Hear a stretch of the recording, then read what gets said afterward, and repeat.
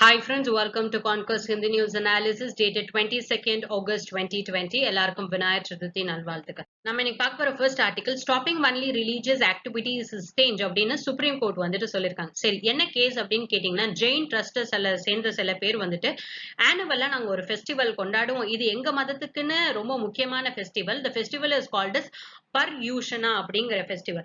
இந்த ஃபெஸ்டிவல் கிட்டத்தட்ட 8 நாளைக்கு நடக்கும். இந்த 8 நாளோட முடிவுல வந்துட்டு நாங்க கோயிலுக்கு போய் ஃபர்கிவ்னஸ் அப்படிங்கிற ஒரு ரிச்சுவல் வந்துட்டு பெர்ஃபார்ம் பண்ணுவோம். இந்த ரிச்சுவலை நாங்க நடத்துறதுக்கு முதல்ல கோயிலை திறக்கணும். அதுல நாங்க எல்லாரும் போய் சாமி கும்பிடுறதுக்கு எங்களுக்கு பர்மிஷன் தரணும் அப்படின்னு ஸ்டேட் கவர்மெண்ட், அதாவது மகாராஷ்டிரா கிட்ட கேட்டிருப்பாங்க. ஏன்னா எந்த கோயிலை திறக்கணும்னு சொல்லியிருக்காங்கன்னா, தாதர், பைச்சுலா, செம்பூர் அப்படிங்கிற 3 கோயில். இது 3மே மும்பைல தான் இருக்கு.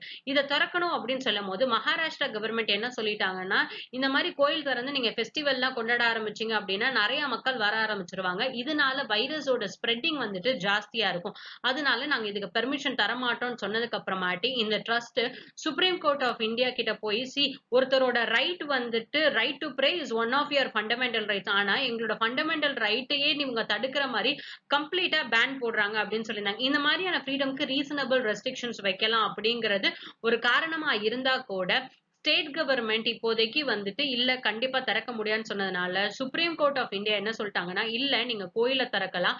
கோவிடுக்குன்னு சொல்லி சில புரோட்டோகால்ஸ் ஃபாலோ பண்றாங்கல்ல, மாஸ்க் போடணும் அப்படிங்கிறது, கிளவுஸ் போடணும் அப்படின்னு சொல்றதா இருக்கட்டும், இல்ல கண்டிப்பா சானிடைஸ் பண்ணணும் அப்படிங்கிறதா இருக்கட்டும், சோஷியல் டிஸ்டன்சிங் மெயின்டைன், இந்த மாதிரி இருக்கக்கூடிய புரோட்டோகால்ஸோட நீங்க உங்க ரிச்சுவலை நடத்தலாம் அப்படின்னு சுப்ரீம் கோர்ட் எஸ் சொல்லிட்டாங்க.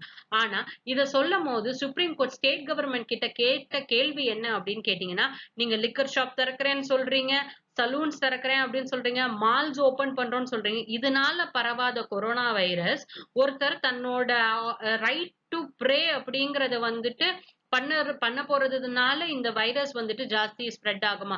அதுவுமே ட்ரஸ்ட் வந்துட்டு நாங்க கண்டிப்பா என்ன மாதிரியான புரோட்டோகால்ஸ் ஃபாலோ பண்ணணுமோ அதை கண்டிப்பா ஃபாலோ பண்ணணும்னு சொன்னதுக்கு அப்புறமாட்டி கூட ஒரு ரிலீஜியஸ் ஆக்டிவிட்டிஸ் பண்றதுல நீங்க ஏன் இவ்ளோ தடையா இருக்கீங்க? ஆனா ஒரு எக்கனாமிக் இன்ட்ரெஸ்ட் உங்களுக்கு தேவைங்கிற இடத்துல நீங்க ஓபன் பண்ணுன்னு சொல்றது ஒரு பேலன்ஸா இருக்கவே மாட்டேங்குது. பிளஸ் கம்ப்ளீட்டா ஒரு பேன் ஒரு ரிலீஜியஸ் ஆக்டிவிட்டியில போட முடியாது. எல்லாரோட மதமும் அவங்களோட ஃபெஸ்டிவல்ஸும் அவங்களுக்கு எப்பயுமே வெரி க்ளோஸ் டு ஹார்ட் தான். இத நீங்க பண்ணக்கூடாது அப்படின்னு ஒரு டெமோக்ராட்டிக் கண்ட்ரில நீங்க என்ன பண்ண முடியாது? சொல்ல முடியாது. அதனால நாங்க கம்ப்ளீட்டா இத பேன் பண்ண போறது கிடையாது. நாங்க எப்படி ஜெகநாத் பூரி ரத யாத்ரா ஒடிசால இவ்ளோ கோவிட் ஜாஸ்தியா இருந்தக்கூடிய டைம்லயும் நடத்துறதுக்கு பெர்மிஷன் குடுத்தோமோ, அதே மாரி ரெஸ்ட்ரிக்டட் நம்பர் ஆஃப் பீப்பிள் யார் யாரெல்லாம் போகலாம் அப்படிங்கிறதுக்கா இருக்கட்டும், இல்ல என்ன மாரி புரோட்டோகால்ஸ் ஃபாலோ பண்ணணும்னு இருக்கோமோ, அத எல்லாத்தையும் ஃபாலோ பண்றாங்க அப்படிங்கிற பட்சத்துல, நீங்க இந்த ரிலிஜியஸ் ஆக்டிவிட்டீஸ நடத்தலாம் அப்படின்னு கோர்ட் பெர்மிஷன் குடுத்துட்டாங்க. கோர்ட் இந்த பெர்மிஷன் குடுத்தம்போது என்ன சொன்னாங்க அப்படின்னா, இத வந்துட்டு பிரசிடென்ட்டா யூஸ் பண்ணிட்டு, இதுக்கு முன்னாடியே ஒண்ணு குடுத்திருக்காங்களே, அப்ப இத வச்சு நம்ம மத்த ஃபெஸ்டிவல்ஸ் எல்லாம் செலிப்ரேட் பண்ணலாமா அப்படின்னு கேட்டீங்கன்னா, கிடையாது. நாங்க பெர்மிஷன் குடுக்குறோம்னா, இப்போதைக்கு இந்த ஃபெஸ்டிவலுக்கு மட்டும் தான் குடுக்குறோம். ஒருவேள அடுத்த ஃபெஸ்டிவல் வரணும்னா, அத ஸ்டேட் கவர்மெண்ட் தான் டிசைட் பண்ணணும். ஏன்னா, கணேஷ் சதுர்த்தி அப்படிங்கிறது வந்துட்டு மகாராஷ்டிரா ரீஜன்ஸ்ல எல்லாம் பயங்கர ஃபேமஸான ஃபெஸ்டிவல்.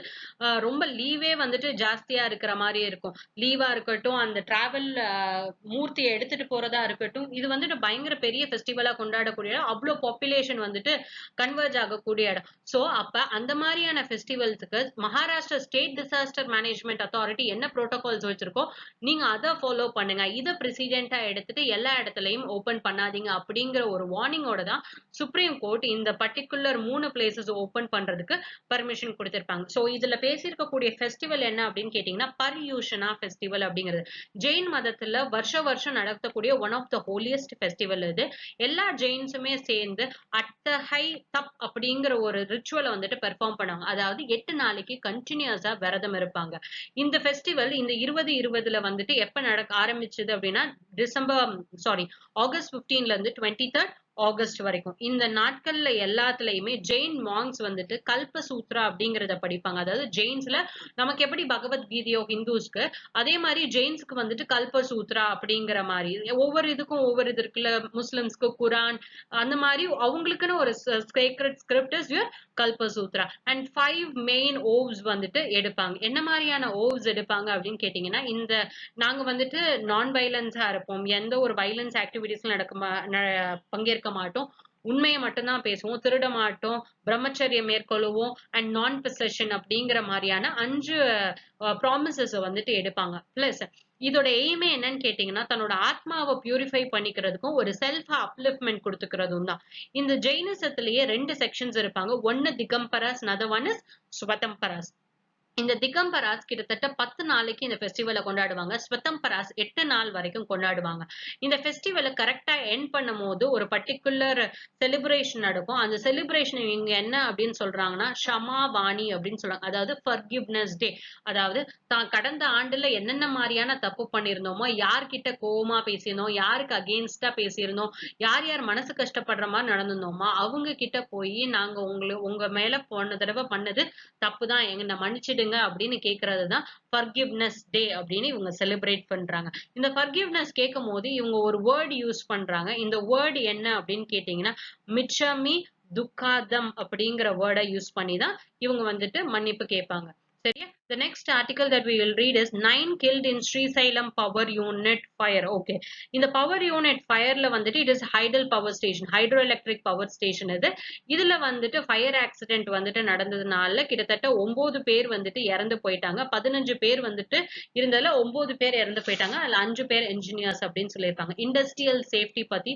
சோ இண்டஸ்ட்ரியல் சேஃப்டி வந்துட்டு ஜாஸ்தியா இருக்கணும் அப்படிங்கறத பத்தி இன்னுமே ஃபர்தரா வரக்கூடிய நாட்கள்ல வந்துட்டு எடிட்டோரியல் ஆர்டிகல்ஸ்ல இருந்து எல்லாத்திலயும் கண்டிப்பா பேசுவாங்க. சோ இப்போ ஒரு ஆக்சிடென்ட் நடந்துக்கு அப்படின்னு தெரிஞ்சு வச்சுக்கோங்க.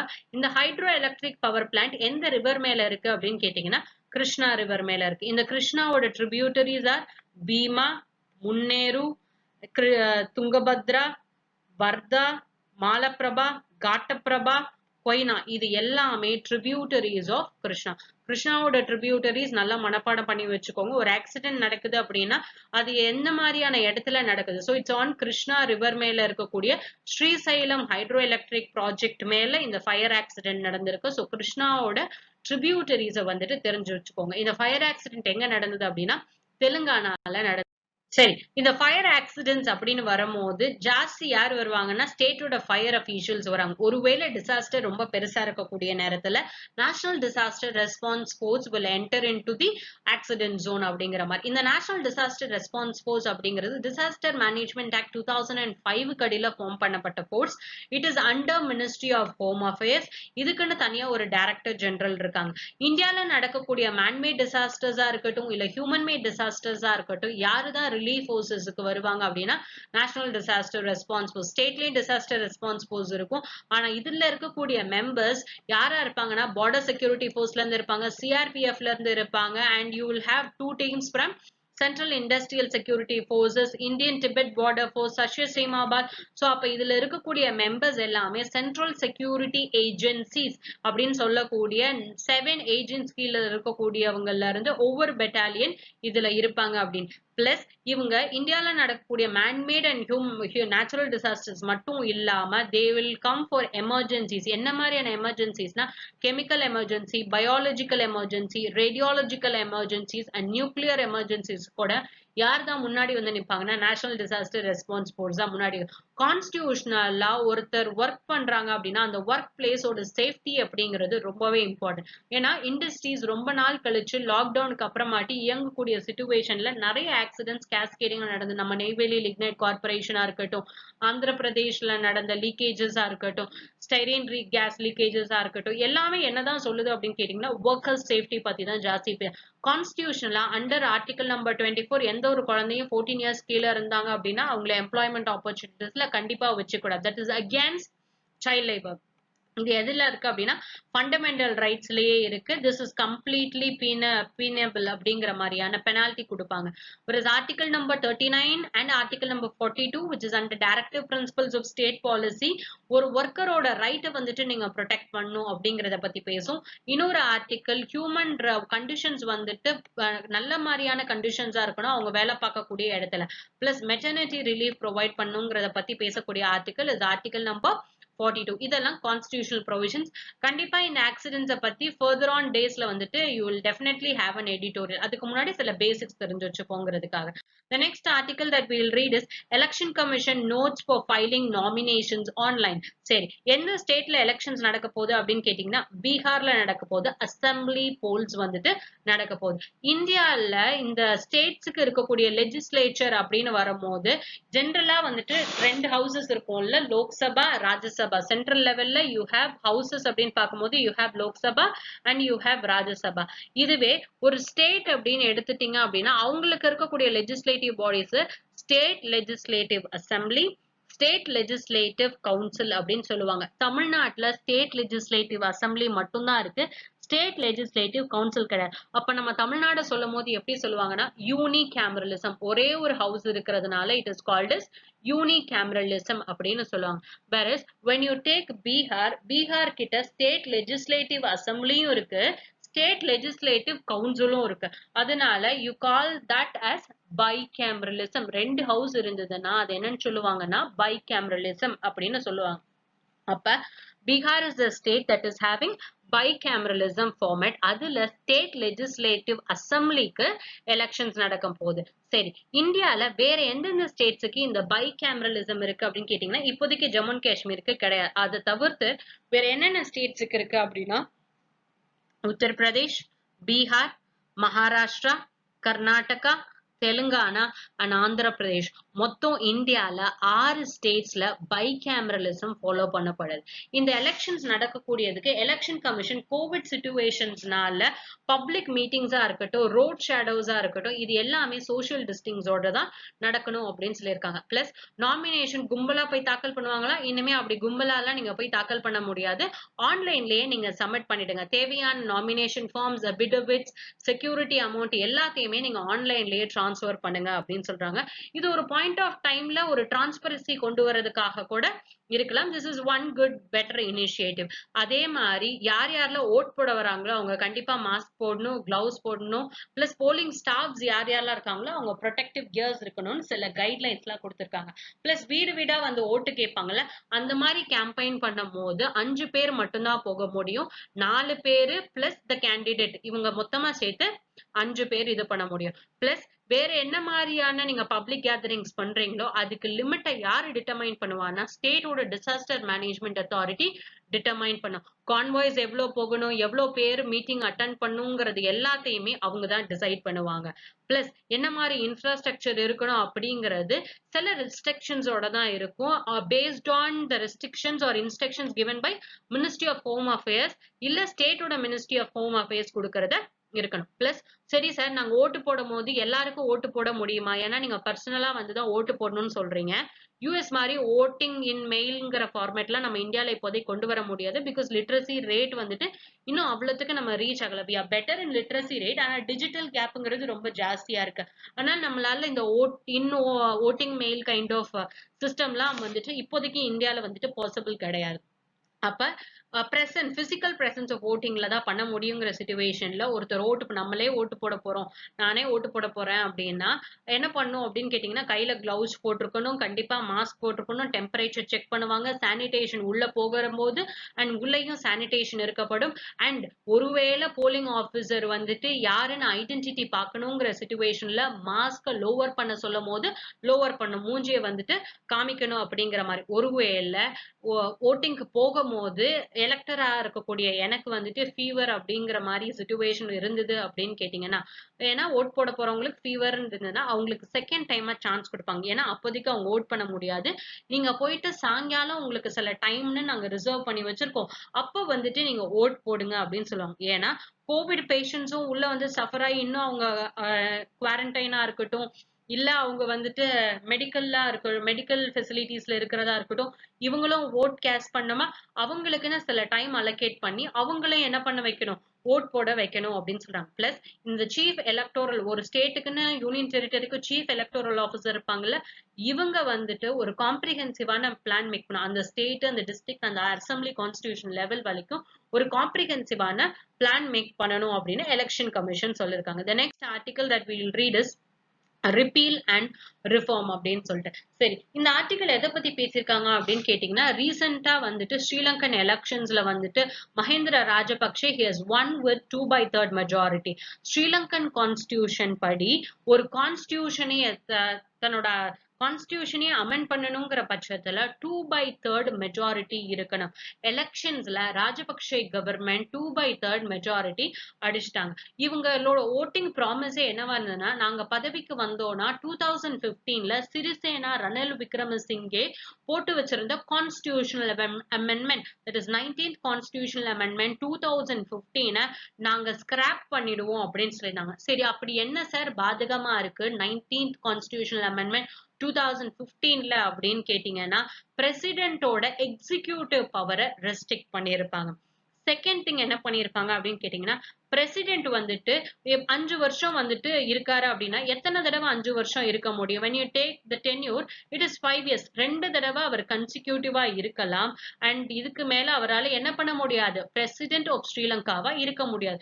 இந்தியால எப்படிங்க கண்டிஷன்? 5 வருஷம் பிரசிடென்டா இருக்கலாம், அடுத்த 5 வருஷம் பிரசிடென்டா இருக்கலாம். so my tenure is 5 years, next 5 years, next 5 years, next 5 years னு எத்தனை 5 years வேணாலும் இருக்கலாம். n number of terms இந்தியால பிரசிடென்ட் எவ்வளவு தடவை வேணாலும் பிரசிடென்ட் போஸ்டுக்கு நிக்கலாம். ஆனா ஸ்ரீலங்கால கொண்டு வந்திருக்க கான்ஸ்டிடியூஷனல் அமெண்ட்மெண்ட் பிரகாரம் பிரசிடென்ட் 2 தடவை மட்டும்தான் இருக்க முடியும். சரி, எதுக்காக இந்த மாதிரியான பவர் ஸ்ரீலங்கா கொடுத்திருக்காங்க அப்படின்னு கேட்டீங்கன்னா, Sri Lanka is a semi-presidential form of government. When you take India, India is a parliamentary form of government. அப்ப பிரசிடென்ட்டுக்குன்னு சில எக்ஸிகியூட்டிவ் பவர் ஸ்ரீலங்கால இருக்கு. whereas when you take president of India, கான்ஸ்டிடியூஷனலாவே அவருக்கு டிஸ்கிரிஷனரி பவரே கிடையாது. President is a nominal executive தான் இந்தியால. when you take this nominal executive, அவர் எடுக்கக்கூடிய எல்லா டெசிஷன்ஸையுமே யாரோட அனுமதியோட, யாரோட எய்ட் அண்ட் அட்வைஸோட தான் எடுக்க முடியும்? பிரைம் மினிஸ்டரோட எய்ட் அண்ட் அட்வைஸோட தான் எடுக்க முடியும். அப்ப இவரால என்ன பண்ண முடியாது அப்படின்னு கேட்டீங்கன்னா, ஆட்டோகிராட்டிக்கா இருக்க முடியாது அப்படிங்கிற மாதிரி. ஆனா இதுவே பிரசிடென்ட்டுக்கு நிறைய பவர் கொடுத்து ஒரே ஆளே இருக்க வச்சா என்ன ஆயிடாரு, ஒரு மாதிரி டார்க் ஒனியன், நான் சொல்றதான் எல்லாம் கேட்கணும் அப்படிங்கிற மாதிரி ஒரு ஆட்டோகிராட்டிக் கைண்ட் ஆஃப் திங் வந்துரும். அப்ப பிரசிடென்ட்டுக்கு இருக்கக்கூடிய எக்ஸிகியூட்டிவ் பவரை நம்ம ரெடியூஸ் பண்ணணும். இவரோட டேர்ம் 2 தடவைக்கு மேல இருக்க கூடாதுங்கிறது தான் 19th கான்ஸ்டிடியூஷனல் அமெண்ட்மெண்ட் 2015.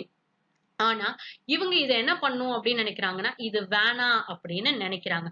சோ அப்ப இந்த ஆர்டிக்கல் என்ன சொல்லிருக்காங்க அப்படின்னு கேட்டீங்கன்னா, இவங்க கொண்டு வந்த விஷயங்கள், அதாவது 2015 கான்ஸ்டிடியூஷனல் அமெண்ட்மெண்டா கொண்டு வந்த விஷயங்கள் ரொம்பவே நல்ல விஷயங்கள். ஒண்ணு, ஆட்டோகிராட்டிக் ரூல் இருக்காது, பிளஸ் சில கான்ஸ்டிடியூஷனல் பாடிக்கு இண்டிபெண்டன்ஸ் கொடுத்திருப்பாங்க. அதாவது அட்டானமியா நீங்க வந்துட்டு எந்த மினிஸ்ட்ரியோட இன்ஃப்ளூயன்ஸும் இல்லாம ஒர்க் பண்ணலாம். when you take election commission of India, according to article number 324, பவரே யார்கிட்ட இருந்து தான் derive பண்றாங்க? கான்ஸ்டிடியூஷன் கிட்ட இருந்து தான் பவரே derive பண்றாங்க. and when you take this election commissioner, அவரை ரிமூவ் பண்றதா இருக்கட்டும், எல்லாத்துக்குமே வந்துட்டு ஒரு ஸ்ட்ரிஞ்சன்டான ப்ரொவிஷன். அவரோட சம்பளத்துல வந்துட்டு ஒன்ஸ் அப்பாயிண்டட் அப்படின்னா எந்த விதத்திலயும் அவரோட சம்பளத்தை குறைக்கவோ இது ஏத்தவோ இந்த மாதிரியான இதெல்லாம் பண்ணவே முடியாது. அப்ப எலெக்ஷன் கமிஷனருக்கு யாரோட பயமே இல்லாம வேலை பார்ப்பாரா? அந்த பயமே இல்லாம வேலை பார்க்கறதுனால தான் ஃபேர் அண்ட் ஃப்ரீ எலெக்ஷன்ஸ் நடக்குது. இந்த மாதிரி இருக்கக்கூடிய ப்ரொவிஷனை தான் எலெக்ஷன் கமிஷனுக்கு ஸ்ரீலங்கன் கவர்மெண்ட் கொடுத்திருந்திருப்பாங்க. ஆனா அந்த பவரையும் நாங்க கர்ப் பண்ண போறோம். அதுக்கு இந்த ஆர்டிக்கல் என்ன சொல்லியிருக்காங்கன்னா, எலெக்ஷன் கமிஷனுக்கு நீங்க அட்டானமி கொடுக்க போதுதான் ஒரு போலிங், அதாவது எலெக்ஷன் நடக்கும் போது ரொம்ப அமைதியாகவும் என்ன மாதிரியான ஃப்ரேம் ஒர்க்ல நடக்கணுமோ அந்த மாதிரி நடக்கும். ஒருவேளை நீங்க இதை எடுத்துட்டீங்க அப்படின்னா இந்த டெமோக்ராட்டிக் சிஸ்டமுக்கு இது எவ்வளவுக்கு சாதகமா இருக்குங்கிறத பத்தி நினைச்சு பார்க்க முடியல அப்படின்னு எழுதியிருக்காங்க. வேற என்ன எழுதியிருக்காங்க அப்படின்னு கேட்டீங்கன்னா, நீங்க வந்துட்டு ஒன் கண்ட்ரி ஒன் லா பிரின்சிபல்ல வந்துட்டு ஃபாலோ பண்ணணும் அப்படின்னு சொல்றீங்க. ஆனா ஒரு கண்ட்ரி, இந்த ஸ்ரீலங்கன் கண்ட்ரி வந்துட்டு கம்ப்ளீட்டா சிவில் வார்னால ரொம்ப டெஸ்ட்ராய் ஆகி உங்களுக்குள்ள நிறைய எத்தனிக் கிளாஷ் இருந்துகிட்டே இருக்கு. பிளஸ் உள்ள இருக்கக்கூடிய தமிழியன்ஸ் வந்துட்டு நமக்கு என்ன மாதிரியான டெவலப்மெண்ட் வரும், பொலிட்டிக்கலா நமக்கு எவ்வளவுக்கு சே இருக்கும் பார்ட்டிஸ்ல அப்படின்னு இருக்கக்கூடிய சிச்சுவேஷன்ல ஸ்ரீலங்கன் கவர்மெண்டோட இந்தியா வந்துட்டு ஒரு அக்கார்டு போட்டிருந்திருப்பாங்க டியூரிங் ராஜீவ் காந்தி பீரியட். அதுல என்ன பேசியிருப்பாங்க அப்படின்னு கேட்டீங்கன்னா, பவர்ஸை டிவால்வ் பண்ணணும் அப்படின்னு சொல்லியிருப்பாங்க. டெவல்யூஷன்னா கீழே இருக்கக்கூடிய ப்ராவின்சஸ்க்கு ஜாஸ்தியான பவர் கொடுங்க. நீங்க ஒருவேளை இந்த மாதிரி சென்ட்ரலைஸ்டு கான்செப்ட் கொண்டு வரீங்க அப்படின்னா that is against and you are moving away from devolution பவரை கீழே பிரிச்சு கொடுக்கல அப்படின்னு. அப்ப நீங்க என்னென்ன மாதிரியான ப்ராவின்சஸ் வந்துட்டு உங்களுக்கு அடியில கொண்டு வரணும்னு நினைச்சு சில டெவல்யூஷன்ஸ் பண்ணிருந்தீங்களோ அதை நீங்க திருப்பி எடுத்துக்க போறீங்க அப்படின்னு சொல்லக்கூடிய பட்சத்துல இந்த இடத்துல இருக்கக்கூடிய சிஸ்டம் எப்படி எவால்வ் ஆக போகுதுன்னு தெரியல. நீங்க இது வரைக்கும் என்னென்ன மாதிரியான பாசிட்டிவ்ஸ் ப்ராக்ரெசிவா பண்ணி வச்சிருந்தீங்களோ அது எல்லாத்துக்குமே ரெட்ரோகிரேடா இருக்கு. ஒருவேளை நீங்க இந்த ஷேர் பண்றீங்கல்ல பவரை ப்ராவின்சஸோட, அது நீங்க கம்ப்ளீட்டா அபேன் பண்றீங்க அப்படின்னா we don't know what kind of political evolution will happen in the northern and eastern part of Sri Lanka. ஏன்னா northern and eastern provinces of Sri Lanka-ல தான் தமிழியன்ஸோட presence வந்துட்டு ரொம்ப ஜாஸ்தியா இருக்குது. இங்க தான் devolution. So அதுவும் என்ன மாதிரி ஆகும் அப்படிங்கிறது தெரியல. So இந்த ரெண்டு ரிப்பீலையும் வந்துட்டு சப்போர்ட் பண்ணாத மாதிரி தான் இந்த ஆர்டிக்கல்ல இந்த ஆத்தர் எழுதியிருக்காரு. The next article that we will read is Kerala readies to host its first Dragonfly Festival. சரி, Dragonfly census அப்படின்னு சொல்லிட்டு 2018 ஒரு சென்சஸ் எடுத்திருப்பாங்க. இந்த Dragonflies என்னன்னு சொல்லுவாங்கன்னா பயோ இண்டிகேட்டர்ஸ் அப்படின்னு சொல்லுவாங்க. ஒரு என்விரான்மெண்ட் சுத்தமா இருக்குதா இல்லையாங்கிறது சிலதை வச்சு நம்ம கண்டுபிடிச்சிடலாம். Dragonfly இருக்குது அப்படின்னா the environment is healthy அப்படிங்கிற மாதிரி. அதனாலதான் அவங்கள பயோ இண்டிகேட்டர்ஸ் அப்படின்னு சொல்லுவாங்க. சோ அதனால 2018ல ஒரு சென்சஸ் எடுத்தாங்க. இதே மாதிரி சில டெவலப்மெண்ட்ஸ் இந்த Dragonfly இருக்கிறத வச்சு பண்ணணும் அப்படிங்கிறதுக்காக Kerala government world wild life fund இந்தியாவும் சொசைட்டி ஆஃப் ஓடோனேட் ஸ்டடீஸ், ஓடோனேட்னா இந்த Dragonflies இந்த மாதிரி இருக்கக்கூடிய ஸ்பீசஸ பத்தி படிக்கக்கூடியது, இவங்க எல்லாரும் சேர்ந்து ஒரு ஃபெஸ்டிவல் கொண்டாடுறாங்க. ஸ்டேட்டோட Dragonfly ஃபெஸ்டிவல். எந்த ஸ்டேட்ல? கேரளால. இந்த ஃபெஸ்டிவலுக்கு என்ன பேர் சொல்றாங்க அப்படின்னா தும்பி மகா உற்சவம் 2020 அப்படின்னு சொல்றாங்க. தும்பி மகா உற்சவம் 2020. இந்த Dragonflyக்கு இவங்க கொடுக்கக்கூடிய பேரு பண்டலு அப்படின்னு சொல்றாங்க. சோ பிளஸ் இதை தாண்டி வேற என்னென்ன பண்றாங்க அப்படின்னு கேட்டீங்கன்னா சிட்டிசன்ஸ் வந்துட்டு பீப்புளோட பார்ட்டிசிபேஷன் இருக்கணும். சிட்டிசன்ஸ் போய் Dragonflies-அ பார்த்து சோசியல் மீடியால ஒரு கேம்பெயின் நடத்தி அதை பத்தி அவங்களுக்கு வந்துட்டு நிறைய மெட்டீரியல்ஸ் கொடுக்கணும். ஒரு நாலேஜ் வந்துட்டு அவங்களுக்கு கிரியேட் பண்ணும் அப்படிங்கிறதுக்காக டிஜிட்டல் ஓடோனேட் நாலேஜ் அப்படின்னு வந்துட்டு ஒன்னு செட் பண்ண போறாங்க. ஃபேஸ்புக் பேஜும் இருக்க போகுது, which will have scientific papers, post, video எல்லாமே இதை பத்தி இருக்கும். பிளஸ் வேற என்ன பண்ண போறாங்கன்னா பீப்புள் பார்ட்டிசிபேஷன் என்ஹான்ஸ் பண்ணுங்கிறதுக்காக Dragonfly பேக்யார்ட் வாட்ச், அதாவது நம்ம கொல்லப்புறத்துல போய் Dragonfly எப்படி இருக்குங்கிறத அப்சர்வ் பண்ணும், அவங்கள அப்சர்வேஷன் ஸ்கில்ஸை இம்ப்ரூவ் பண்ணும் அப்படிங்கிறது. பிளஸ் இந்த ஃபெஸ்டிவல் வந்துட்டு இன்னைக்கு இப்போதைக்கு நடக்க போறது இல்ல, ஃபெஸ்டிவல் ஜான்வரியில தான் நடக்க போகுது. ஆனா ஜான்வரியில வேற என்னமும் நடக்க போகுது அப்படின்னா ஸ்டேட் Dragonfly சம்மிட் அப்படின்னு ஒண்ணு நடத்த போறாங்க. அதோட சேர்த்து இந்த பர்டிகுலர் ஃபெஸ்டிவலையும் இவங்க ஹோஸ்ட் பண்ண போறாங்க அப்படின்னு சொல்லியிருக்காங்க. இந்த எவென்ட்ஸ்ல வேற யாரெல்லாம் ஆர்கனைஸ் பண்ண போறாங்க அப்படின்னு கேட்டீங்கன்னா அதுதான் world wild life fund, Bombay National History Society, Indian Dragonfly Society, National Biodiversity Board, United Nations Environment Program, United Nations Development Program, and International Union for Conservation of nature. சரியா, இவங்க எல்லாரும் சேர்ந்துதான் இத பண்ண போறாங்க. சோ ஃபர்ஸ்ட் ஸ்டேட் அப்படின்னு கேட்டாங்கன்னா it is completely Kerala. சரி, இந்த டிராகன் பத்தி 2018ல சென்சஸ் எடுத்திருப்பாங்க. அண்ட் எவ்ரி இயர் ஆகஸ்ட் 18 என்னன்னு செலிப்ரேட் பண்ணுவாங்கன்னா நேஷனல் Dragonfly டே அப்படின்னு செலிப்ரேட் பண்ணுவாங்க. சரி, ஏன் இந்த Dragonflies ஆர் இம்பார்ட்டன்ட்னா நான் ஏற்கனவே சொன்ன மாதிரி தான், தே ஆர் பயோ இண்டிகேட்டர்ஸ். அதாவது ஒரு லிவிங் ஆர்கானிசம். பயோ இண்டிகேட்டர்ஸ் அப்படிங்கிறது ஒரு லிவிங் ஆர்கானிசம். அது பிளான்டா இருக்கலாம், பிளாங்க்டன்ஸா இருக்கட்டும், அனிமல்ஸா இருக்கலாம், இல்ல குட்டி குட்டி மைக்ரோப்ஸா கூட இருக்கலாம். ஆனா இது என்ன பண்ணும் அப்படின்னு கேட்டீங்கன்னா உங்களோட ஈகோ சிஸ்டமை ஹெல்தியா வச்சுக்கும். அதாவது சில இதெல்லாம் இருக்குது, இந்த Dragonfly இருக்குதுன்னா நான் என்ன சொல்லியிருந்தேன் அப்படின்னா என்விரான்மெண்ட் கிளீனா இருக்கு அப்படிங்கிற மாதிரி. ஏன் Dragonfly இம்பார்ட்டன்ட் அப்படின்னு கேட்டீங்கன்னா they are the predators. Insects வந்துட்டு ரொம்ப ஹார்ம்ஃபுல்லான இன்செக்ட்ஸ் எல்லாம் இது என்ன பண்ணிடும் அப்படின்னு கேட்டீங்கன்னா சாப்பிட்ரும். அதே மாதிரி Dragonfly லாவா வந்துட்டு எதை தான் சாப்பிடும்னா கொசுவோட முட்டையும் அதோட லாவாவையும் தான் சாப்பிடும். பிளஸ் இது வாழ்றதே வந்துட்டு சுத்தமான தண்ணியில தான் வாழவே செய்யும். அப்ப Dragonfly ஒரு இடத்துல இருக்கு அப்படின்னா அந்த இடத்துல தண்ணி சுத்தமா இருக்கு. கொசு வந்துட்டு ரொம்ப ஜாஸ்தியா டெங்கு, மலேரியா இந்த மாதிரி கிரியேட் பண்ணக்கூடிய கொசுவை வந்துட்டு இதுவே சாப்பிட்ரும். அப்ப இந்த டிசீசஸ் எல்லாம் என்ன ஆகுது, ஜாஸ்தியா ஸ்ப்ரெட் ஆகும். அப்ப Dragonfly இருக்கிறது it is literally very good for our environment அப்படிங்கிற மாதிரி. இதே மாதிரி தான் சில வேற எக்ஸாம்பிள்ஸ் இருக்கு இந்த Dragonfly தவிர்த்து. லிச்சன்ஸ் அப்படிங்கிறது ஏர் குவாலிட்டி எப்படி இருக்குங்கிறத காமிச்சு கொடுத்துரும். ஃப்ராக்ஸ் வந்துட்டு எதை காமிச்சு கொடுக்கும் அப்படின்னு கேட்டீங்கன்னா பேசிக்கலா வந்துட்டு என்ன மாதிரியான சேஞ்சஸ் வந்துட்டு நடக்குது ஃப்ரெஷ் வாட்டர்ல டெரிஸ்டரிஸ்ட் ஹேபிடேட்ஸ்ல அப்படிங்கிறதையும் காமிச்சு கொடுத்துரும். அதே மாதிரி ஆல்கல் ப்ளூம்ஸ் சில தண்ணி எல்லாம் பாத்தீங்கன்னா மேல வந்துட்டு அப்படியே பாசி படிஞ்ச மாதிரி ஏதோ ஒரு ஒரு வெஜிடேஷனே வந்த மாதிரி இருக்கும்ல. அப்ப அந்த தண்ணியில வந்துட்டு நிறைய அளவுல நைட்ரேட்ஸும் பாஸ்பேட்ஸும் இருக்கு அப்படின்னு அர்த்தம். algae blooms are often used to indicate there is a large increase of nitrates and phosphates in lakes and rivers, and you call this process as eutrophication அப்படின்னு சொல்லுவோம்ல. ஜாஸ்தி இது இருந்தது அப்படின்னா என்ன ப்ராசஸ்னா eutrophication process. The next article that we will read is Kashmir figures in China Pakistan dialogue. சரி, சைனாவும் பாகிஸ்தானும் ஒரு மீட் வச்சிருந்திருக்காங்க ஃப்ரைடே அன்னைக்கு. இதுல என்ன சொல்லியிருக்காங்க அப்படின்னு கேட்டீங்கன்னா, நம்ம ரெண்டு பேரும் பயங்கர பெஸ்ட் ஃப்ரெண்ட்ஸ். ஸோ நம்ம நாட்டுல இருக்கக்கூடிய கோரான இன்ட்ரெஸ்ட் வந்துட்டு எந்தவித இடத்துலயும் பாதிக்க மாதிரி யாருமே விட்டு கொடுக்க கூடாது. ஒருவேளை பாகிஸ்தானோட ஏதாச்சும் ஒரு கோர் இன்ட்ரெஸ்ட்ல வேற ஏதாச்சும் ஒரு தேர்ட் கண்ட்ரி உள்ள வந்து நுழையுது அப்படிங்கிற பட்சத்துல China will come to protect Pakistan அப்படிங்கிற மாதிரி. பிளஸ் இந்த மீட்ல எதை பத்தி பேசியிருந்தாங்க அப்படின்னு கேட்டீங்கன்னா காஷ்மீரை பத்தி பேசியிருந்தாங்க. சோ இவங்க யார பத்தி பேசியிருக்காங்க அப்படின்னா இந்தியன் சைட பத்தி பேசியிருக்காங்க. கண்டிப்பா நாளைக்கு இல்ல நாளான்னைக்கு you might have statements in news paper இவங்க பேசுறாங்களா இல்லையா அப்படின்னு. சில நேரம் இந்தியன் கவர்மெண்ட் வந்துட்டு ரெஸ்பான்சஸ் கொடுக்க மாட்டாங்க. சரியா, ஏற்கனவே India Kashmir is an internal issue, இதை பத்தி யாரும் பேசக்கூடாது அப்படின்னு சொல்லியிருக்காங்க. ஆனா சைனா கண்டினியூஸா வந்துட்டு இந்தியாவை ப்ரோவோக் பண்ற மாதிரி நிறைய ஸ்டேட்மெண்ட்ஸ் கொடுத்திருந்தாங்க. 2019 ஆகஸ்ட் 5 அன்னைக்கு எப்ப இந்தியா ஆர்டிகல் நம்பர் 370 டைல்யூட் பண்ணிட்டு ஜம்மு அண்ட் காஷ்மீருக்கு நாங்க ஸ்டேட்ல இருந்து யூனியன் டெரிட்டரிங்கிற ஸ்டேட்டஸ் கொடுக்குறோம்னு சொல்லியிருந்தாங்களோ அப்பவே சைனீஸ் வந்துட்டு என்ன பண்ணியிருந்தாங்கன்னா சில ஸ்டேட்மெண்ட் சொல்லியிருந்தாங்க. என்ன ஸ்டேட்மெண்ட்ஸ் அப்படின்னு கேட்டீங்கன்னா, ஜம்மு அண்ட் காஷ்மீர்ல பாகிஸ்தான் இஸ் ஆல்சோ ஹேவிங் டெரிட்டரியில பாகிஸ்தானும் பிரசன்ஸ்ல இருக்கு, சைனாவும் பிரசன்ஸ்ல இருக்கு. அப்ப நிறைய டிஸ்பியூட்டட் டெரிட்டரி இருக்கக்கூடிய ஒரு ஸ்டேட்டோட ஸ்டேட்ஹுட்டை மாத்தி நீங்க எப்படி யூனியன் டெரிட்டரியா கொண்டு வருவீங்க? இது ஒரு யூனிலேட்டரலான மூவ் அப்படின்னு சொல்லிட்டு இந்தியாவை வந்துட்டு ப்ரொவோக் பண்ணியிருப்பாங்க.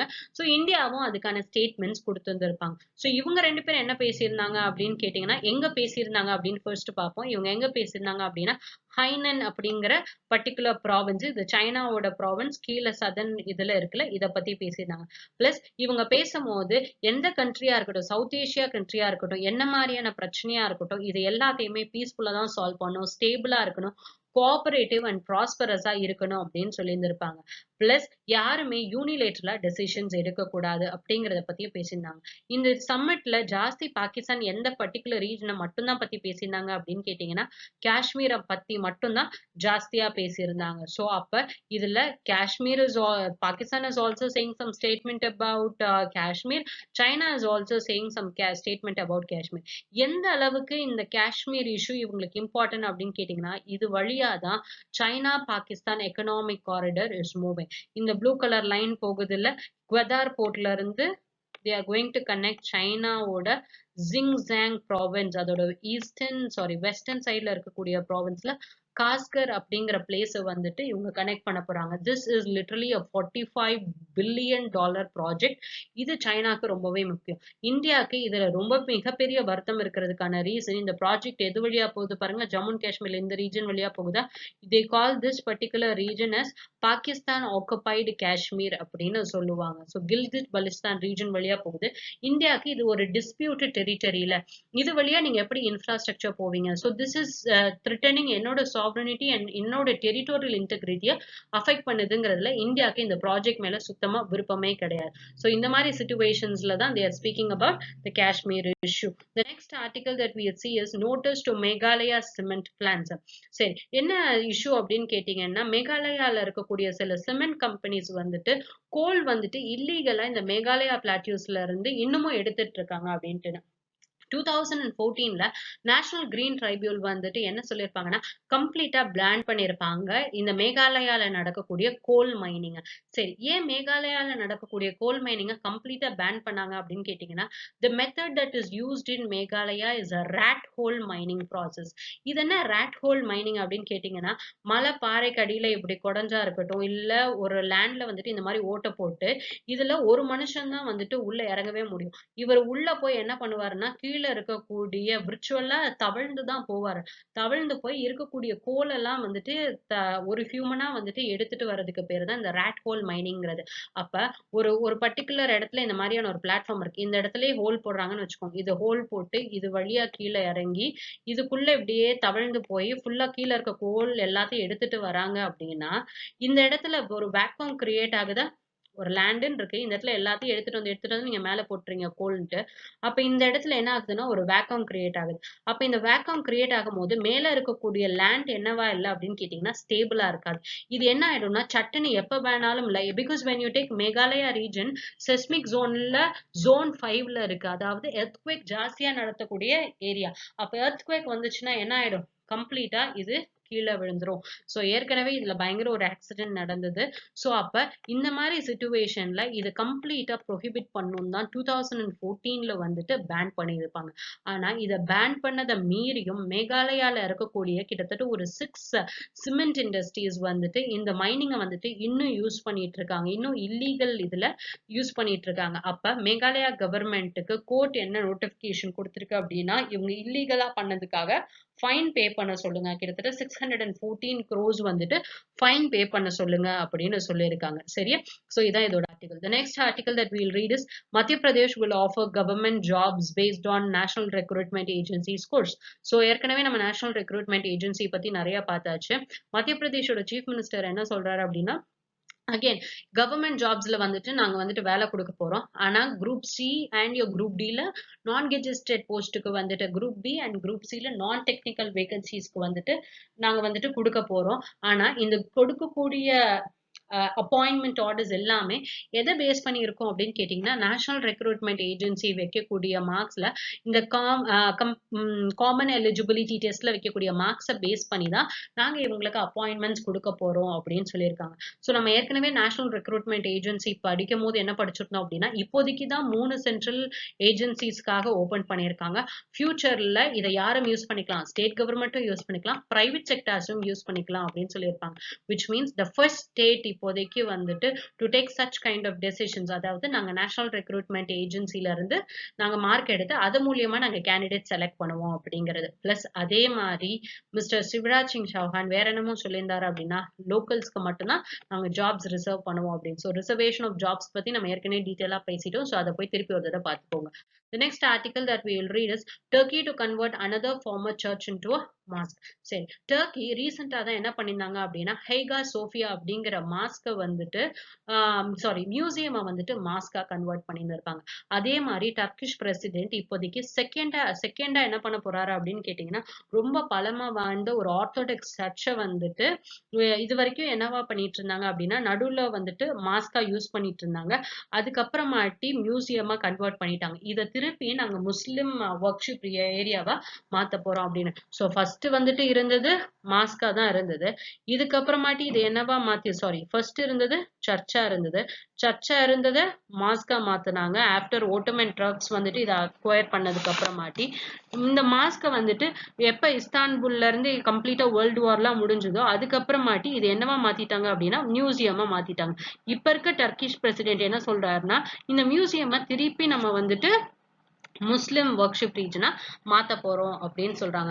So it is very similar to the event. இதுக்கு முன்னாடி நடந்த அந்த ஹைகா சோஃபியாவை எப்படி மாத்தினாரோ அதே மாதிரியே தான் இதையும் மாத்துறாரு. சரி, இந்த மாதிரி மாத்தக்கூடிய சிச்சுவேஷன்ஸ்ல வந்துட்டு எதுக்காக இவர் மாத்துறாரு அப்படின்னு கேட்டீங்கன்னா இப்போதைக்கு அவருக்கு அந்த ரீஜன்ஸ்ல இருக்கக்கூடிய கன்சர்வேட்டிவ் நேஷனலிஸ்டோட சப்போர்ட் வந்துட்டு இவருக்கு வேணுங்கிறதுனால தான்.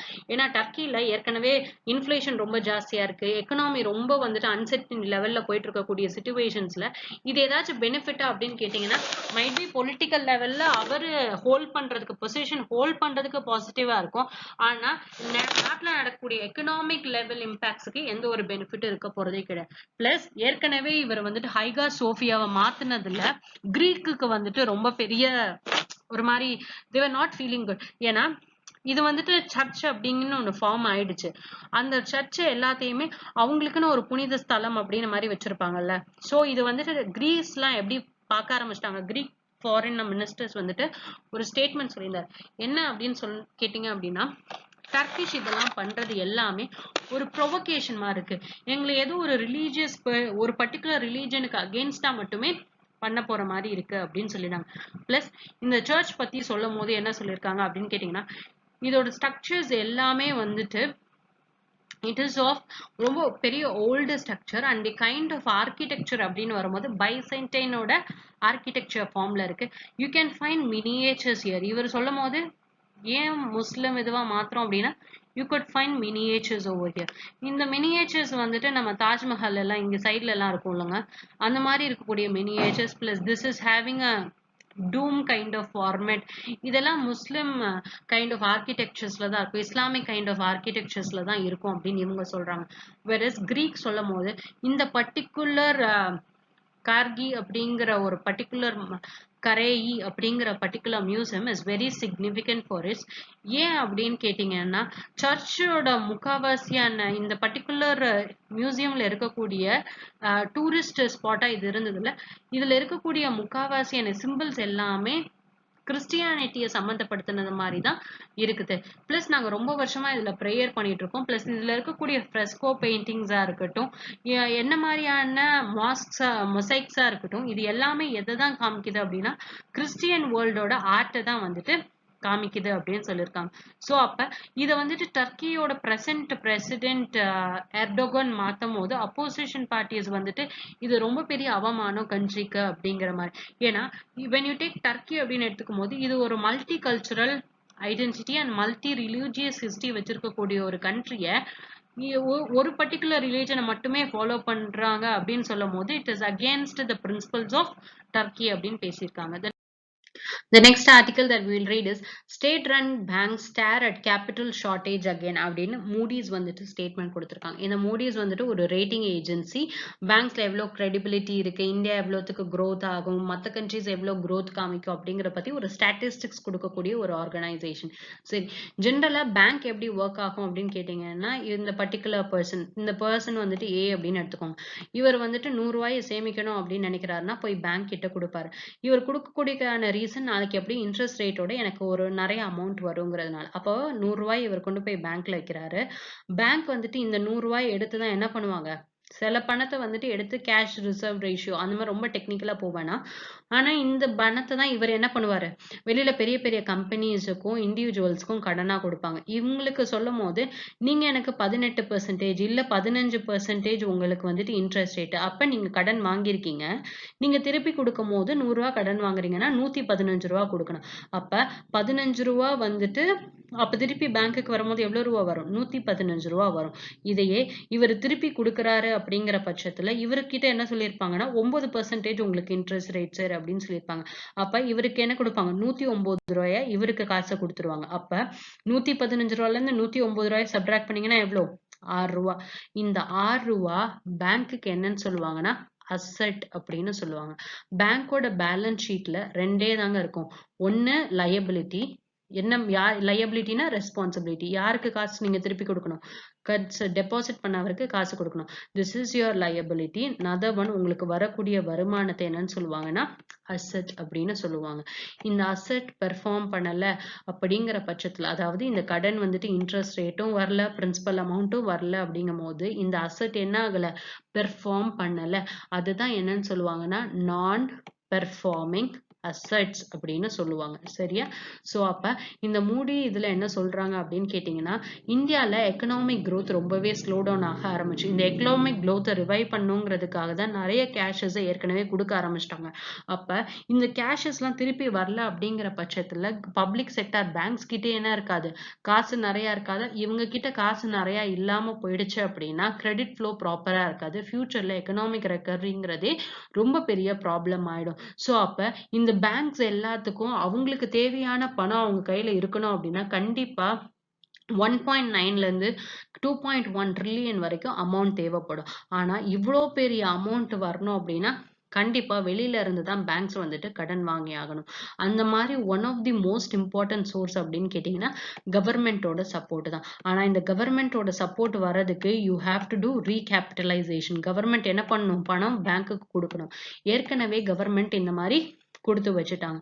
ஸோ அப்ப வி எக்ஸ்பெக்ட் இந்தியன் எக்கனாமி வந்துட்டு கான்ட்ராக்ட் ஆக ஆரம்பிக்கும் அன்லெஸ் அதே மாதிரி நான் பெர்ஃபார்மிங் அசட்ஸும் இன்க்ரீஸ் ஆக ஆரம்பிக்கும். ஏன்னா எம்எஸ்எம்இக்கு நிறைய கடன் கொடுத்துருக்காங்க, ரீட்டைல் செல்லர்ஸ்க்கு நிறைய கடன் கொடுத்துருக்காங்க அப்படிங்கிற ஸ்ட்ரக்சர்ஸ்ல பிளஸ் ஒன் டைம் நீங்க லோனை வேற ரீஸ்ட்ரக்சர் பண்றேன்னு சொல்லியிருக்கீங்க. ஸோ அப்ப இது எல்லாருமே உங்களோட நான் பெர்ஃபார்மிங் அசட்ஸை கண்டிப்பா இன்க்ரீஸ் பண்ண போகுது. பிளஸ் கவர்மெண்ட் அப்ப பேங்க்குக்கு இப்ப என்ன ஆக ஆரம்பிச்சிடும், இவங்க காசே கொடுக்கலன்னா பேங்க்குக்கு அசட்டுங்கிறது இட் வில் பிகம் லெஸ். அப்போ ஒரு பேங்க் நல்லபடியா ஃபங்க்ஷன் ஆகணும், ஷார்டேஜ் வரக்கூடாது அப்படின்னா கவர்மெண்டோட சப்போர்ட் இட்ஸ் வைட்டல் அப்படின்னு மூடி ஸ்டேட்மெண்ட் சொல்லியிருக்காங்க. The next article that we'll read is shipments to China driving export recovery. சரி, இந்த ஆர்டிக்கல் என்ன சொல்லியிருக்காங்க அப்படின்னு கேட்டீங்கன்னா, எக்ஸ்போர்ட்ஸ் அப்படிங்கிறது எக்ஸ்போர்ட்டா இருக்கட்டும் இம்போர்ட்டா இருக்கட்டும் இந்த பேண்டமிக் சிச்சுவேஷன் வந்ததுக்கு அப்புறம் ரொம்பவே கம்மியாக ஆரம்பிச்சிருச்சு. நிறைய கண்ட்ரிஸ் என்ன பண்ணிட்டாங்கன்னா அவங்களோட பார்டர்ஸை சீல் பண்ண ஆரம்பிச்சிட்டாங்க, எங்க வைரஸ் ஸ்ப்ரெட் ஆயிருமோ அப்படிங்கிற பயத்துல. அந்த சிச்சுவேஷன்ல தான் இந்த ஆர்டிக்கல் என்ன சொல்லியிருக்காங்கன்னா, என்னதான் எக்ஸ்போர்ட் அப்படிங்கிறது டவுன்ஃபால்ல இருந்தா கூட செக்ஷனா நீங்க எடுத்து பார்த்துட்டீங்க அப்படின்னா சைனா, சவுத் ஈஸ்ட் ஏஷியாஸ் இந்த மாதிரி இருக்கக்கூடிய கண்ட்ரீஸ்ல ஓரளவு கொரோனா வைரஸை கண்டெயின் பண்ணிட்டாங்க.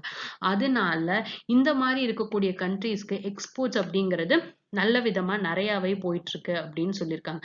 ஸோ அப்ப there is 78% spike in shipment to China அப்படின்னு சொல்லியிருக்காங்க. இந்தியா எக்ஸ்போர்ட் பண்றதுல கிட்டத்தட்ட 16% அவங்களோட எக்ஸ்போர்ட் எந்த கண்ட்ரீஸ்க்கு தான் போகுதுன்னா China and South East Asia கண்ட்ரீஸ்க்கு தான் போகுது. இதுல சைனாக்கு போகக்கூடியது 78%, அதாவது அவுட் ஆஃப் தி 60%ல 78% வந்துட்டு சைனாக்கு. Malaysia is 76%, Vietnam is 43%, Singapore is 39%. So ஓவராலா என்னதான் டிக்ளைனிங் ட்ரெண்ட் காமிச்சா கூட சில கண்ட்ரீஸ்ல மட்டும் இந்த எக்ஸ்போர்ட் அப்படிங்கிறது இந்தியா நல்ல விதமா பண்ணிட்டு இருக்குன்னு இந்த ஆர்டிக்கல்ல யார் சொல்லியிருக்காங்க அப்படின்னா கிறிசில். எப்படி மூடி ஒரு ரேட்டிங் ஏஜென்சியோ அதே மாதிரி Crisil is also one of this agency. The last article that we'll read is an editorial article, Differential Impact of COVID-19 and the Lockdown. சரி, இந்த ஆர்டிக்கலை எழுதினவங்க ஒரு பர்டிகுலர் ஹிஸ்டாரியனோட புக்கை எடுத்துட்டு இந்த ஹிஸ்டாரியன் என்ன சொல்றாரு அப்படின்னா 4 விதமான கேட்டஸ்ட்ரோபிக், இந்த 4 விதமான கேட்டஸ்ட்ரோபிக் நடந்தது அப்படின்னா எக்கனாமியில ஈக்குவாலிட்டி வந்துரும் அப்படின்னு இவர் பேசியிருக்காரு. இவர் என்னென்ன மாதிரியான கேட்டஸ்ட்ரோப் சொல்றாருன்னா, ஒரு பேண்டமிக் சிச்சுவேஷன், கொரோனா மாதிரி ஒரு வைரஸ் சிச்சுவேஷன், வார் போர் நடக்கக்கூடிய சிச்சுவேஷன், இல்லை ஏதாச்சும் பெரிய புரட்சி வருது, ரெவல்யூஷன் மாதிரி நடக்குது, இல்ல அப்படின்னா ஒரு ஸ்டேட்டே கொலாப்ஸ் ஆகுது அப்படிங்கிற சிச்சுவேஷன்ல தான் எல்லாரும் ஈக்குவலா வந்துட்டு வர ஆரம்பிப்பாங்க. வேறஸ் இந்த இன்இக்வாலிட்டி அப்படிங்கிறது இந்த மாதிரி சிச்சுவேஷன்ஸ்ல டிக்ளைன் ஆக ஆரம்பிக்குது. அதுக்கு one of the example is your pandemic situation.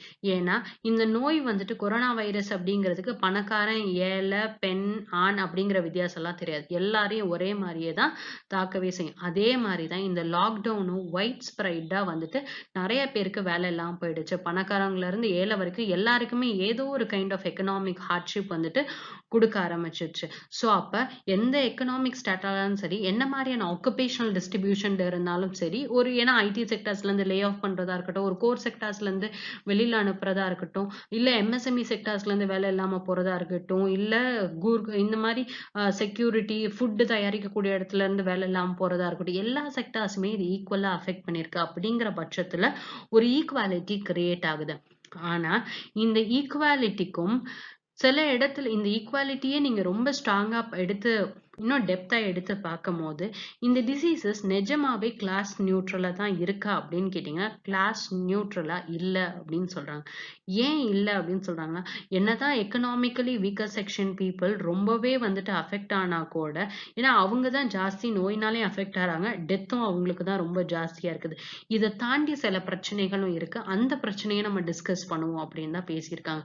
அப்ப இந்த சடனா ஒரு அன்எம்ப்ளாய்மெண்ட் அப்படின்னு வந்தது நிஜமாவே எல்லா கேஸ்டுக்கும் ஒரே மாதிரி இருக்கு. அதாவது அப்பர் கேஸ்ட், ஸ்கெடியூல் கேஸ்ட், ஒபிசிஸ் இவங்க எல்லாருக்கும் இந்த ஜாப் லாஸ்ங்கிறது ஒரே மாதிரி இருக்கா அப்படின்னு பாக்குறத பத்தி தான் அந்த ஆர்டிக்கல். இந்த ஆர்டிக்கலை பேசுறதுக்கு பேஸா எதை எடுத்துக்கிறாங்க அப்படின்னு கேட்டீங்கன்னா, சென்டர் ஃபார் மானிட்டரிங் இந்தியன் எக்கனாமியோட கன்சியூமர் பிரமிட்ஸ் ஹவுஸ்ஹோல்ட் சர்வே அப்படிங்கிற டேட்டா பேஸை எடுத்துட்டு இவங்க எந்த பர்டிகுலர் டைம் ஸ்கேல் எடுத்துக்கிறாங்கன்னா டிசம்பர் 2019 இருந்து ஏப்ரல் 2020 வரைக்கும் ப்ரொபோர்ஷன் ஆஃப் எம்ப்ளாய்டு எவ்வளோ பேர் எம்ப்ளாய்டா இருக்காங்க, அந்த எம்ப்ளாய்மெண்ட்ல இருந்து எவ்வளோ டிராப் காமிச்சது அப்படின்னு சொல்லிட்டு. when they take upper caste people December 2019 வந்து ஏப்ரல் 2020ல தான், ஏன்னா மார்ச்ல தானே லாக்டவுன் நடந்தது, அப்ப ஏப்ரல் அந்த 2020 அந்த ஒரு மாசத்துக்குள்ள நடக்கக்கூடிய அன்எம்ப்ளாய்மெண்ட் சரியா. ஸோ அப்ப proportion of employed people upper கேஸ்ட்ல வந்துட்டு 39% இருந்தாங்க அப்படின்னா டிசம்பர் 2019ல, இதுவே ஏப்ரல் 2020க்கு அப்படின்னு பார்க்கும்போது 32%. அப்ப வேலையில இருந்து அப்பர் கேஸ்ட்ல இருந்தும் நிறைய பேருக்கு வேலை போயிருக்கு. ஆனா எவ்வளவு பெர்சன்டேஜுக்கு தான் வேலை போயிருக்கு? 7% மக்களுக்கு மட்டும்தான் வேலை போயிருக்கு. இதுவே ஸ்கெடியூல்டு கேஸ்ட் அப்படின்னு எடுத்து பார்த்தீங்கன்னா 44%க்கு வந்துட்டு வேலையில இருந்தவங்க 24%, அதாவது 20% பேருக்கு வேலை இல்லாம போயிருக்கு. அப்ப அவங்களுக்கு 7%, ஸ்கெடியூல் கேஸ்ட் பிலாங் பண்ணவங்களுக்கு 20%, கிட்டத்தட்ட 3 மடங்கு ஜாஸ்தி அப்படின்னு சொல்லியிருக்காங்க. இதே மாதிரி intermediate caste, other backward caste, schedule backward caste அப்படின்னு பார்த்துட்டீங்க அப்படின்னா இன்டர்மீடியட் கேஸ்ட்டுக்கு 42%ல இருந்து 34%க்கு ரெடியூஸ் ஆயிருக்கு. அப்ப இதுல நடுவுல இருக்கக்கூடிய people are becoming unemployed. 40%ல இருந்து 26%க்கு என்ன இருக்கு? அன்எம்ப்ளாய்மெண்ட் ரேட் ரெடியூஸ் ஆயிருக்கு. அதே மாதிரி 48%ல இருந்து 33க்கு. அப்ப வேலை பார்த்துட்டு இருந்தவங்கள நிறைய பேருக்கு வேலை போயிருக்கு. அது அப்பர் கேஸ்டா இருக்கட்டும், லோவர் கேஸ்டா இருக்கட்டும், எல்லாருக்குமே வேலை போயிருக்கு. ஆனா பெர்சன்டேஜ் டிஃபரன்ஸ் தான் என்னவா இருக்கு? ஜாஸ்தியா இருக்கு. when you take schedule caste, schedule tribes அப்படின்னு எடுத்து பார்த்தீங்கன்னா schedule caste எவ்வளோன்னு பார்த்தோம்னா 44ல இருந்து 24க்கு வந்துட்டு எம்ப்ளாய்மெண்ட் ஃபால் வந்துட்டு இருந்திருக்கு. அப்ப நிறைய பேருக்கு வேலை போயிருக்கு. ஸ்கெடியூல் ட்ரைப்ஸ்ல 48%ல இருந்து 33% ஆஃப் தி மக்களுக்கு வந்துட்டு என்ன ஆயிடுச்சு? ரெடியூஸ் ஆயிடுச்சு. அப்ப கேப் அப்படிங்கிறது மேக்னிடியூட் யாருக்கு ரொம்ப ஜாஸ்தியா இருக்கு அப்படின்னு கேட்டீங்கன்னா ஸ்கெடியூல் கேஸ்ட் அண்ட் ஸ்கெடியூல் ட்ரைப்ஸ்க்கு தான் மேக்னிடியூட் ஜாஸ்தியா இருக்கு. சரி, ஏன் இந்த மக்களுக்கு, ஏன் இவங்களுக்கு மட்டும் ஜாஸ்தி வேலை போயிருக்கு, மற்ற கிளாஸ்ல இருக்கக்கூடிய மக்களுக்கு அவ்வளோ வேலை போகல அப்படின்னு கேட்டீங்கன்னா one of the major reason that they say is lower level of education. இவங்களுக்கு நிறைய பேர் வந்துட்டு படிக்காதவங்களா இருக்காங்க. பிளஸ் இவங்க இருக்கக்கூடிய வேலை வந்துட்டு ரொம்ப வல்னரபிள் ஜாப்ஸ். அவங்களுக்கு செக்யூரிட்டி ஆஃப் டென்யூர் கிடையாது, இல்ல சோஷியல் செக்யூரிட்டி மெஷர்ஸ், இதை பத்திலாம் அவங்களுக்கு ஒண்ணுமே தெரியவே தெரியாது. ஸோ அப்ப இதை தாண்டி இந்த அப்பர் கேஸ்ட், இன்டர்மீடியட், ஓபிசி இவங்கெல்லாம் இருக்கிறவங்க எல்லாருமே ஓரளவு செக்யூர்டான ஜாப்ஸ்ல இருக்காங்க. செக்யூர்டான ஜாப்ஸ் அப்படின்னு கேட்டீங்கன்னா ஓரளவு 12க்கு மேல படிச்சவங்களா இருக்காங்க. பிளஸ் அவங்க டெய்லி வேஜஸ் ஆட்களா இருக்கிறது கிடையாது. அப்ப இதுல இருந்து என்ன தெரிய ஆரம்பிக்குது அப்படின்னு கேட்டீங்கன்னா எஜுகேஷன் அப்படிங்கிறது ஒரு ப்ரொடெக்டிவான ஃபேக்டர். இந்த மாதிரி ஒரு இமீடியட் ஜாப் லாஸ் நடக்குது அப்படின்னு கேட்டீங்கன்னா அந்த இமீடியட் ஜாப் லாஸ் நடக்காம இருக்கிறதுக்கு one of the protective factor is education அப்படின்னு சொல்றாங்க. அப்ப இதுல இருந்து என்ன தெரிய ஆரம்பிக்குதுன்னா கேஸ்ட் வைஸ்ல ஹையர் எஜுகேஷன் லெவல்ஸ்ல வந்துட்டு முன்னாடி இருந்ததுக்கும் இப்ப இருந்ததுக்கும் there is a gap. இன்னும் அந்த caste gap இருந்துகிட்டே இருக்கு. அது இன்க்ரீஸும் ஆகல, அப்படியே ஸ்டாட்டிக்காவும் இல்லை. அந்த காலத்துல எவ்வளவு கேப் இருந்ததோ அதே கேப் தான் இப்பயும் வந்துட்டு இருந்துட்டே இருக்கு அப்படின்னு சொல்றாங்க. as per the Indian Human Development Index 2011-12 பிரகாரம் 51% of these scheduled caste householdsல இருக்கக்கூடிய adult women வந்துட்டு zero knowledge, அதாவது zero literacy, படிக்கவே இல்லை அப்படின்னு சொல்றாங்க. இதுவே 27% வந்துட்டு இன்னும் படிக்காம இருக்காங்க மென்ல. இதுவே அப்பர் கேஸ்ட் அப்படின்னு எடுத்துட்டீங்க அப்படின்னா only 11 and 24% அப்படின்னு சொல்றாங்க. அதே மாதிரி ஒரு ஸ்கெடியூல் கேஸ்டுக்கு இருக்கக்கூடியவங்களோட பேரண்ட்ஸ்க்கு ஏற்கனவே நாலேஜ் இல்லாத பட்சத்துல ஆன்லைன் எஜுகேஷன், ஹோம் லேர்னிங் அப்படின்னு வரும்போது ஸ்கெடியூல் கேஸ்ட் பசங்களுக்கு இன்னுமே இது என்னவாயிடுது? பிரச்சனை ஆயிடுது when compared to the upper class children. அப்ப இந்த மாதிரியான எஜுகேஷனல் டிஃபரன்ஸ் among the பேரண்ட்ஸோட கண்டிஷன் தான் என்ன மாதிரி கேட்ஜெட்ஸ் யூஸ் பண்றாங்க, அவங்களோட லிவிங் மெட்டீரியல்ஸ் எப்படி இருக்குங்கிறதும், அவங்க அப்பா அம்மா என்ன மாதிரியான எஜுகேஷன் படிச்சிருக்காங்க, அவங்களோட லெவல் ஆஃப் இன்கம் எப்படி இருக்கு அப்படிங்கறத பொறுத்து தான். அப்ப இந்த மாதிரி இருக்கக்கூடிய பேண்டமிக் சிச்சுவேஷன்ல நிறைய டைமென்ஷன்ஸ் எவால்வ் ஆக ஆரம்பிக்குது. ஸோ இந்த ஆன்லைன் எஜுகேஷன் அப்படின்னு வந்ததுக்கு அப்புறமாட்டி எவ்வளவுக்கு இந்த தலித் அண்ட் ஆதிவாசி ஃபேமிலிஸ் வந்துட்டு ஏபிளா இருக்காங்க இந்த மாதிரியான ஒரு சிச்சுவேஷனை ஹேண்டில் பண்றதுக்கு. So proportion of household with access to இன்டர்நெட்னு கேட்டிங்கன்னா எஸ்சி இதுல 20% அண்ட் 10, அதுவே வந்துட்டு ஒரு அப்பர் கேஸ்ட்ல இருக்கக்கூடியவங்க அதே ஸ்டாட்டால இருக்காங்கன்னா 10% அப்படிங்கிற மாதிரி. ஸோ அப்ப early impacts of pandemic induced lockdown indicate that the resultant economic distress, அதாவது ஏற்கனவே ஒரு எக்கனாமிக் டிஸ்ட்ரெஸ் இருந்துட்டே இருந்திருக்கு between the upper caste and lower caste. இது இந்த பேண்டமிக் சுச்சுவேஷனால இன்னும் ஜாஸ்தியா தான் இருக்கு. என்னென்னலாம் இதுக்கு முன்னாடி டிஸ்அட்வான்டேஜஸா இருந்ததோ அது எல்லாமே இன்னும் ரொம்ப ஜாஸ்தி ஆயிட்டே இருக்கு. So based on social identity and investments, அப்ப நீங்க என்ன பண்ணணும், நிறைய இன்வெஸ்ட்மெண்ட்ஸ் பண்ணும் எஜுகேஷன் அண்ட் ஹெல்த் செக்டர்ஸ் மேல. ஸோ தட் இந்த கேப்ஸை நீங்க என்ன பண்ணலாம், க்ளோஸ் பண்ணலாம். பிற்காலத்துல வரக்கூடிய ஃபியூச்சர் ஷாக்ஸ் எல்லாத்தையுமே நீங்க கண்ட்ரோல்ல வைக்கலாம் அப்படின்னு இந்த ஆர்டிகல்ல சொல்லியிருக்காங்க. ஸோ இதுதான் என்னோட இம்பார்ட்டன்டான current affairs. If you like my video, like, share and subscribe to Conquer IAS and press the bell icon for further notifications. Thank you.